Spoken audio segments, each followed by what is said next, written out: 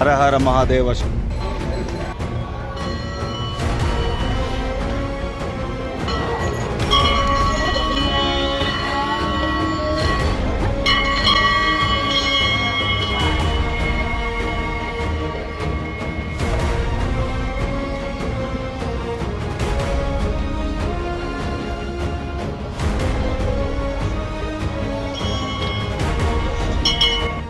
అందరికీ నమస్తే అండి.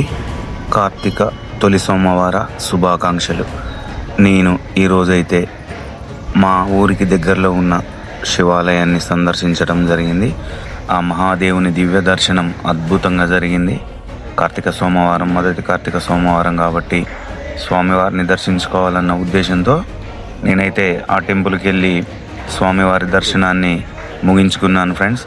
సో ఈ కార్తీక సోమవారం రోజు అన్ని కుటుంబ సభ్యులందరికీ, మన సబ్స్క్రైబర్లందరూ సుఖ సంతోషాలతో, ఆయురారోగ్యాలతో, అష్టైశ్వర్యాలతో మంచిగా ఉండాలని నేను మనస్ఫూర్తిగా ఆ మహాదేవుణ్ణి అయితే కోరుకున్నాను.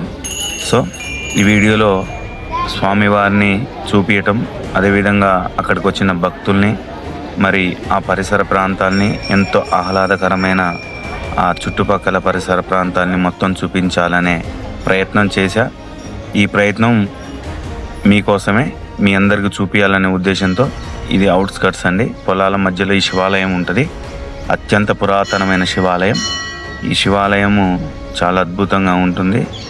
అత్యంత పురాతనమైన శివాలయము 11వ శతాబ్దంలో కాకతీయులు పరిపాలించినటువంటి సమయంలో నిర్మించినటువంటి శివాలయం. చాలా పురాతనమైన శివాలయం.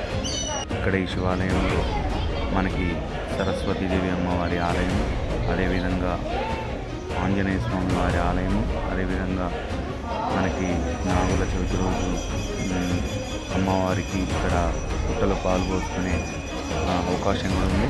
సో చాలా అద్భుతమైన ప్రశాంతమైన నిలయం ఈ గణపేశ్వరాలయము. కాకతీయుల కాలంలో నిర్మించినటువంటి నిర్మాణం ఇది. చూశారు ఫ్రెండ్స్, ఎంతో అద్భుతంగా, చాలా చూడదగ్గ ప్రాంతం.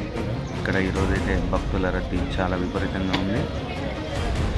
సో మీకు అన్నీ తీసి చూపించే ప్రయత్నం అయితే నేను చేశాను. ఈ వీడియో మీకు నచ్చినట్లయితే షేర్, సబ్స్క్రైబ్ అండ్ లైక్ చేయండి. వీలైతే మీ అమూల్యమైన కామెంట్ని జతపరచవలసిందిగా నేను మనస్ఫూర్తిగా కోరుకుంటున్నా. సో ఈ వీడియో చూడండి, చివరి వరకు చూసి ఆనందిస్తారని ఆ మహాశివుని కోరుకుంటూ ధన్యవాదాలు. జై హింద్.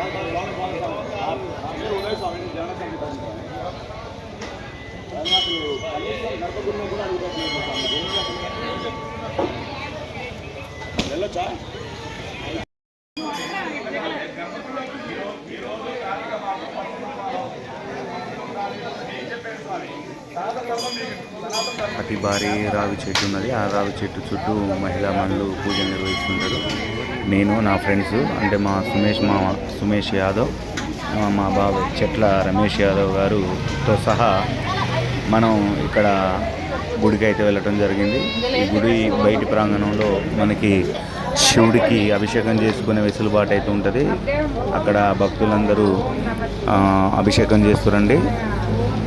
మా వాళ్ళు కూడా అభిషేకం చేస్తానంటే మనం ఇక్కడ ఈ శివుడి దగ్గరికి అయితే రావడం జరిగింది. ఆ మహాశివునికి మా సుమేష్ పాలతో స్వామివారికి అభిషేకం చేస్తుండు. తర్వాత మా బాబాయ్ చెట్ల రవి స్వామివారికి అభిషేకం చేస్తాడు. సో చూడండి ఫ్రెండ్స్, అందరూ ఓం నమ శివాయ అనుకుంటూ అభిషేకాలు అయితే నిర్వహిస్తున్నారు. చూడండి, అలా పాలతోని, వాళ్ళు తెచ్చినటువంటి నీళ్ళతోని స్వామివారికి అభిషేకం అయితే చేస్తున్నారు. సో చూడండి, హర హర మహాదేవ శంభో ఓం నమ శివాయ స్వామివారికి పాలతో అభిషేక కార్యక్రమం చేస్తున్నారు. సో చాలా అద్భుతంగా అయితే జరిగిందండి స్వామివారి దర్శనం. చీకటితో 4:30 ప్రాంతంలో ఉదయము లేచి త్వరగా తల స్నానాలు చేసి స్వామివారి దర్శనానికి వెళ్ళాం. సో అక్కడ దర్శనం ముగించుకొని అద్భుతంగా దర్శనం అయితే జరిగింది. చూడండి దగ్గర నుంచి చూపించాలనే ప్రయత్నం చేసి ఇక్కడైతే నేను చేస్తున్నా, మా వాడు వీడియో తీరా బాబు అంటే ఈ విధంగా తీసింది స్ట్రైట్గా పెట్టి. సో ఇక్కడ నేనైతే స్వామివారికి చేసిన.